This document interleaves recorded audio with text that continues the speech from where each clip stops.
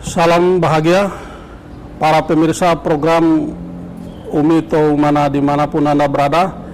Pada kesempatan ini kembali bertemu bersama saya Yakobus Dumupa.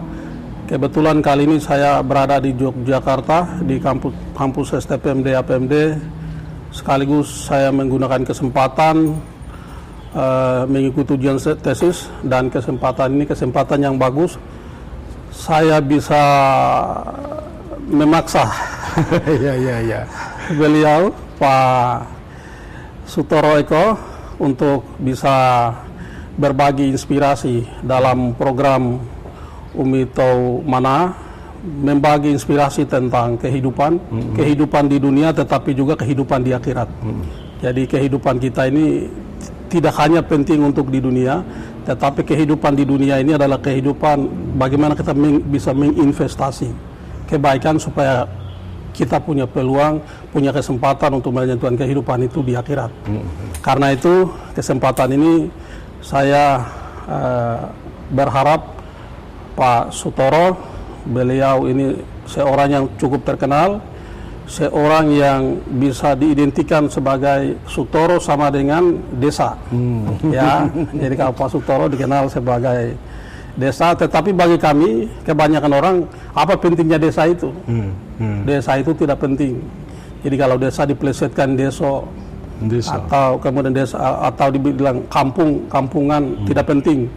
Tetapi bagi Pak Sutoro itu sesuatu yang penting.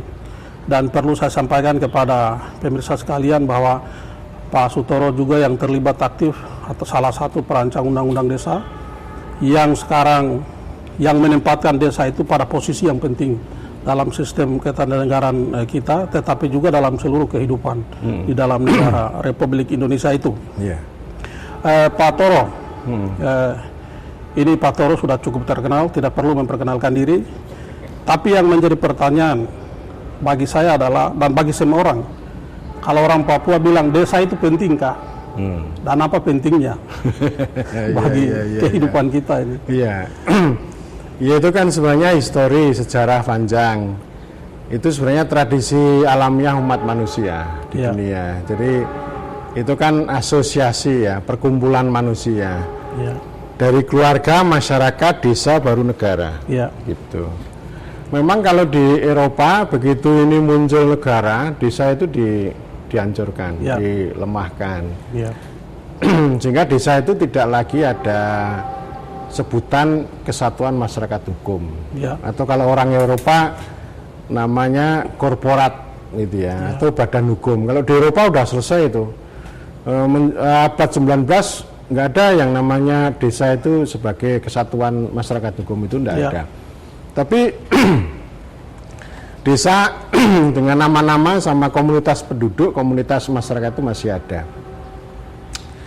Sementara di Asia itu sangat kuat. Saya sering menyebut bahwa desa itu adalah tradisi Asia. Mau ngomong di India, di Jepang, bahkan yang sangat hebat pun Cina, Thailand, kita Indonesia itu tradisi berdesanya masih ada. Artinya desa sebagai baik itu sebagai perkumpulan manusia maupun sebagai kesatuan masyarakat hukum. Jadi kita ini dualitas. Kalau dualisme atau pluralisme, kalau Eropa itu etatisme. Etatisme itu serba negara. Artinya nggak ada lagi istilah kepentingan masyarakat setempat, itu nggak ada. Yang ada hanya kepentingan warga yang dilindungi dan dilayani negara. Kalau kita di seluruh Nusantara ini, kepentingan masyarakat itu masih ada, dan desa dengan nama lain, entah itu Gampong di Aceh, atau Nagari di Sumatera Barat, atau negeri di Maluku, dan kampung di Papua itu memang masih sangat sangat terasa masih ada, dan itu sebagai fungsinya sangat beraneka ragam. Meskipun ada perbedaan begini, ada yang sudah punya pemerintah yang cukup kuat gitu, ada yang belum ya. Tadi saya sebut pre-government, pra-government gitu ya. Seperti kita di Dogia ya. Seperti di Papua itu namanya pre-government. Tapi kalau di Jawa ini malah sudah the death of government. Jadi pemerintah desanya itu sudah mati karena diatur sedemikian rupa oleh oleh teknokrasi, oleh birokratisasi gitu. Ya, kalau seperti di Papua ya, rata-rata seluruh Papua itu hampir sama kondisi desa di sana atau kondisi kampung itu. Yang menjadi masalah selama ini sebenarnya negara atau pemerintah itu punya keinginan yang kuat untuk mendudukan desa itu pada posisi yang tepat, pada posisi yang sebenarnya, pada posisi yang kuat. Eksistensinya itu diakui. Tetapi yang jadi masalah selama ini terutama di Papua adalah masyarakat desa atau masyarakat kampung itu belum siap menerima ini. Menerima desa, pemerintahan desa, kemudian dengan segala nilai-nilainya yang ikut serta dalam pemerintahan desa itu. Menurut Pak Toro, kira-kira apa yang harus dilakukan sehingga masyarakat itu kemudian bisa bersahabat dengan katakanlah pemerintahan desa itu, sehingga kemudian pemerintahan desa itu menjadi sesuatu yang penting, kemudian bisa menjadi bisa terlibat aktif dalam seluruh proses pembangunan dan proses pemberdayaan di desa atau di kampung itu. Iya, iya. Saya melihatnya begini, kalau di Papua itu kan masyarakat itu kan terus-menerus melakukan negosiasi pada pemerintah. Ya. Jadi ada uang datang ya dinego, ini uang kami, ini hadiah untuk kami dan sebagainya. Bagi saya ini melihat ini transformasi ya. Transformasi itu artinya memang negara dibentuk itu kan untuk penetrasi dia. Ya. Melakukan penetrasi itu antara melakukan penetrasi selain memberikan pelayanan dan memberikan perlindungan itu juga membentuk. Ya. Membentuk government ya, membentuk institusi-institusi yang itu katakanlah kalau undang-undang desa ini kan itu adalah structure of law atau struktur hukum yang memang dimaksudkan untuk membentuk village government ya, pemerintah kampung. Dan pemerintah kampung ini supaya tidak terlalu seragam itu ya disesuaikan dengan konteks lokal, dengan kepentingan lokal yang sangat beragam. Ya. Dan yang bisa kita lakukan itu melayani sambil mengedukasi, mengedukasi sambil melayani, sehingga ini institusinya itu bisa terbentuk gitu. Contoh begini misalnya ya, ada beberapa titik kabupaten seperti Jayapura, Girom, lalu Merauke gitu. Dulu kan intinya sama sebenarnya, kekepalaan, ketokohan itu sangat kuat.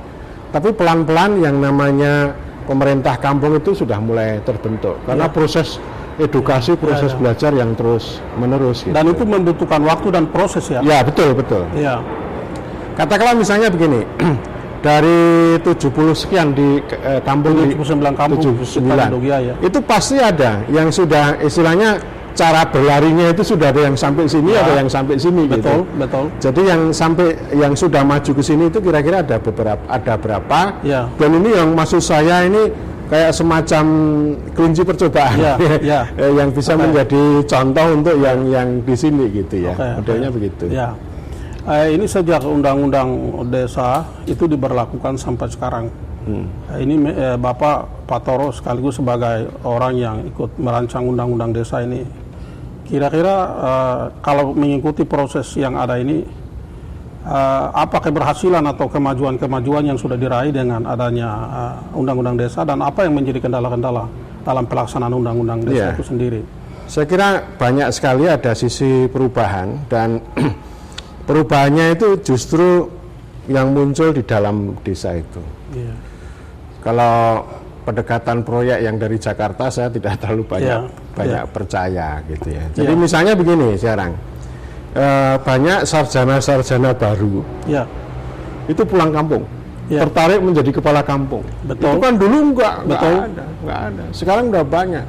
Ada yang lulusan UIN jadi kepala kampung, kepala desa. Itu artinya satu ketertarikan. Betul. Artinya desa itu bisa menjadi daya tarik baru. Ini kan aspek perubahan. Kemudian yang kedua, kepentingan masyarakat setempat itu bisa banyak yang dieksekusi karena ada sumber daya yang bisa diterima. Kalau dulu kan menunggu, mengusulkan. Katanya bottom up itu, kalau orang Jawa bottom up, bottom itu tidak tidak naik gitu ya. Udah capek-capek musuhin bank mengusulkan tapi nggak ada yang turun. Kalau sekarang bisa dieksekusi langsung. Betul. Nah perkaranya apa yang dieksekusi dan bagaimana cara mengeksekusi ini kan beda-beda. Ada yang bagus, ada yang buruk dan sebagainya gitu ya. Dua poin itu, terus kemudian ya kehidupan desa itu sekarang semakin dinamis. Betul. Semakin dinamis, tidak statis, dan apa namanya, kita kan saling mendorong. Itu ada pembelajaran antar desa, antar kabupaten, antar provinsi yang itu bisa menginspirasi satu sama lain gitu. Terus ya tentu saja ya apa namanya, output yang muncul sudah banyak, entah itu yang sepele seperti infrastruktur. Ada kampung yang selama sekian tahun nggak kesentuh, infrastrukturnya sekarang udah mulai kesentuh. Artinya dulu kalau desa atau kampung itu dianggap tidak penting, tetapi sekarang penting ya. Ya dianggap penting, penting ya, karena memang konstitusi mengatakan begitu. Konstitusi kita berbeda dengan konstitusi Eropa, berbeda gitu. Iya. Baik, Pak Toro, ini sebagai pimpinan Sekolah Tinggi Pembangunan Masyarakat Desa, mungkin salah satu-satunya kampus Indonesia yang berkecimpung dengan orang-orang desa atau kehidupan desa. Bagaimana kiat-kiat atau mungkin langkah-langkah yang diambil oleh Bapak sebagai pimpinan supaya minimal mahasiswa di kampus STPM DAPMB itu bisa mencintai desa dan setelah selesai dari kampus itu bisa kembali ke desa sebagai orang yang betul-betul akan terlibat aktif dalam proses pembangunan di masyarakat desa itu sendiri. Itu tantangan yang luar biasa bagi kami, luar biasa. Jadi sejak awal kita tekankan kalau spirit kemasyarakatan sudah kuat. Nah, spirit kedesaan ini yang masih, karena kalau spirit kemasyarakatan kan udah lama sejak zaman dulu, zaman Orde Baru. Nah, sekarang kita ini terus-menerus tiada lelah untuk menyuntikkan spirit kedesaan. Termasuk kalau misalnya mahasiswa KKN itu, kami kan punya resep ya, bergaul, belajar, bekerja, berdesa. Berdesa itu artinya ya dia tahu desa, bagaimana melek dengan desa, lalu belajar juga bagaimana kalau istilah kami siklus berdesa itu bisa dipahami gitu. Termasuk kami juga mendorong misalnya, ayo jadilah, kalau misalnya mahasiswa ilmu pemerintahan itu track pertama jadilah pemerintah, bukan jadi negara. Pemerintah itu apa? Ya antara lain jadi kepala desa itu.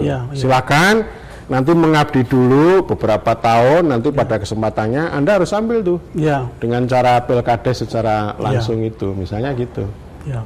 Memang sejak undang-undang desa itu diberlakukan, kemudian bagaimana kampus STPM DAPMB ini fokus mendorong mahasiswanya supaya bisa mencintai desa, tetapi juga bisa menjadi pemimpin di desa masing-masing. Saya sendiri punya keinginan setelah jadi bupati saya ingin jadi kepala kampung. Itu saya rasa begitu karena setelah saya sudah menjadi bupati lalu saya mau kemana? Saya harus kembali kampung saya. Minimal di situ saya jadi kepala kampungnya sudah cukup lah. Jadi ini virus-virus dari Pak Toro ini yang bisa tertular kayak ini. Jadi maksud saya spirit seperti itu harus tertanam dalam diri setiap orang yang paling tidak pernah berkecimpung atau menempuh pendidikan di kampus STPM. Memang ada banyak pengalaman ya. Saya di Sukabumi itu ketemu seorang pensiunan mayor. Pensiunan mayor jadi kepala desa. Terus di Sumatera Barat pensiunan kolonel jadi kepala desa. Terus di Sumba itu pensiunan eselon 3 di Pemkab jadi kepala desa. Yang di Sumba ini bagus ini. Jadi udah sepuh, dulu menjadi kepala bidang di Bapeda. Dia spiritnya bagus. Jadi di desa ini kalau lahir miskin itu biasa, tapi kalau mati miskin itu keterlaluan, gitu. Sehingga dia harus berupaya bagaimana supaya orang yang lahir miskin itu jangan sampai mati juga miskin, gitu. Nah, itu udah sepuh, namanya Pak Yakob Tanda namanya, di Sumba Timur, nama desanya Desa Mbata Kapidu. Dulu pernah kami ajak ini Pak desa dari Sumba Timur ini, kami ajak untuk diskusi dengan Pansus pada tahun 2012. Memang kalau orang sudah memegang jabatan tertentu katakanlah jadi bupati atau gubernur sampai periode tertentu, pasti setelah itu yang dipikirkan adalah saya sudah memegang jabatan, sudah selesai. Bagaimana dengan hari tua saya? Persiapan saya untuk menuju akhirat itu. Jadi kadang orang berpikir di masa akhir-akhir, kekuasaan atau kepemimpinan atau menjelang hari tua adalah bagaimana dia mau membaktikan diri dia, itu untuk saudaranya dan untuk negerinya. Karena itu kalau ada orang-orang tertentu, misalnya dulunya pernah berjaya, tapi pada akhirnya harus kembali kampung, mengabdi ke tanah air dan ke sanak saudaranya, itu sebenarnya panggilan hati nurani. Itu vocation bagus. Iya, itu panggilan hati. Jadi hal yang biasa ya, kalau misalnya orang itu punya hasrat untuk menjadi bupati, menjadi politisi, itu hal yang biasa manusia. Tapi ketika ini karirnya sudah bagus begitu terus kemudian ayo kembali ke kampung jadi kepala desa, itu saya kira menarik. Itu vocation, itu panggilan itu namanya gitu. Ya, justru kadang kita menemukan hidup kita yang sesungguhnya di situ. Jadi kebahagiaan apapun pasti ketemunya di situ. Ya, jadi ini yang terakhir Pak Toro. Sejauh mana rasa optimis, kemudian sekaligus kira-kira sampai kapan Bapak pernah membayangkan desa di Indonesia harus menemukan eksistensinya, harus menemukan jati dirinya, supaya berdiri eksis sebagai satu komunitas yang benar-benar harus ada di negara kita, dan sesuatu yang pernah Bapak cita-citakan seperti apa suatu saat desa itu, menurut perhitungan Bapak ini, kira-kira kapan kita bisa capai itu? Itu yang berat dijawab ini.